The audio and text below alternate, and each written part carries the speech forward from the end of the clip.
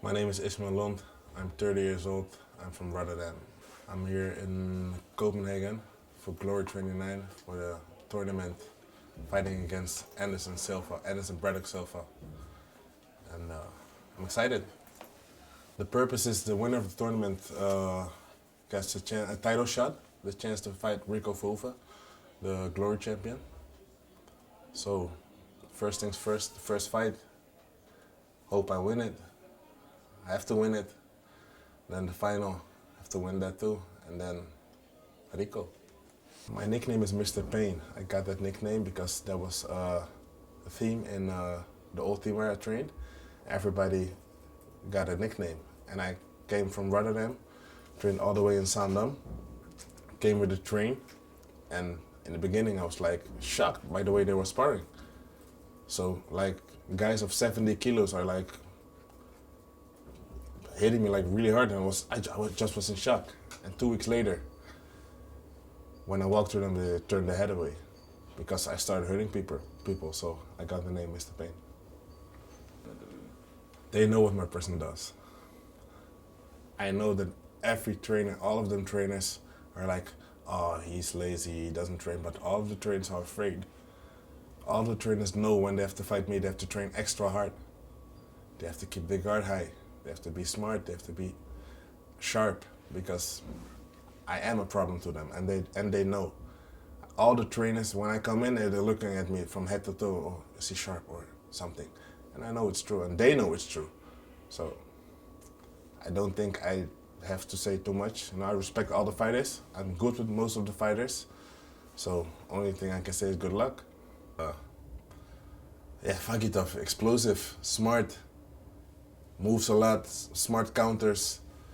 Buzidi, also a smart fighter, good trainer, explosive. Yeah, we're gonna see. It's good fights. I used to play basketball, and one of my best friends, he challenged me to come kickboxing, and he was like, "Oh, you don't dare to train and stuff." And so I went to buy my first glove and my first shin protection, and I started training. And 3 months later, I fought my first fight. I didn't stop. So that got me into kickboxing. I have a lot of prime examples in the kickboxing world, like Melvin Manov, who's family, and Ashwin Balrog, who lives in Rotterdam also. And I start watching videos, with fighters like Ernesto Hoost, Peter Arts, Rob Kaman, of course Roman Dekkers, and that's how it started. I thought I could do that also. So then I started training, and 3 months later, first fight. Didn't stop ever since. When I wasn't used to the low kick, I played basketball. Before that, I played soccer. And as a soccer player, sometimes you get a knee on the side of your leg. And you see how soccer players can make drama, no offense. But if you're not used to it and you get a kick or a knee or something, you get collapsed.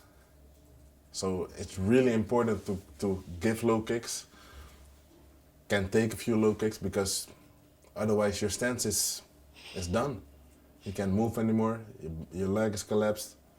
So you only have punches without stepping, without nothing. So it hurts really bad. Actually, I can't really tell, because when I started kickboxing, I moved to another gym and I started training in Schiedam, and I trained a lot with Gökhan Saki. So I got a lot of low kicks. And actually in the fights, I have more pain on my shins than legs until now. So I can't really tell. It's a bit sore, but it's not that I can't walk anymore or something. I have to really, really ice it or stuff like that. Because in training, I took like maybe 10,000 low kicks of Saki. So I think I'm a bit used to it. And that's my way of fighting also. Better for me to take the low kick and counter than block it, step, and then counter. In the fight, you don't feel nothing. After the fight, you're not happy. I'm not happy. Actually, I'm not happy. So it's sensitive. For some fighters, maybe it isn't, but for me it is. For me, it's really sensitive. So, but I have my system to recover the injuries and stuff. So I'm good with that. My process in the locker room is actually I listen to music. I walk around a bit, and when we have to start, I start listening to music on the last 5 minutes of the training. So actually music that I hate. But on the day of my fight, I start to like it, to enjoy the music, because I knew I worked that hard for this fight, and every time I was in pain, cried and threw up, that was the music I was listening to. So from hating the music, going to hating the fighter that I have to fight with the music. I think that's the best combination for me. Because I hate it because of in the training, when I go in the red zone, I listen to that music. You know, so I worked really hard with that music, and now I'm gonna enjoy the music. So not hate the music anymore, but hate the fight I have to fight with the music. So that's a bit my style. You know, sport for me is, this is just it is not just a sport. It is sport for me. It's not that I hate fighters or I want to kill fighters or something like that. For me, it's sport. Who's a smarter fighter? Who's faster? Who hits harder?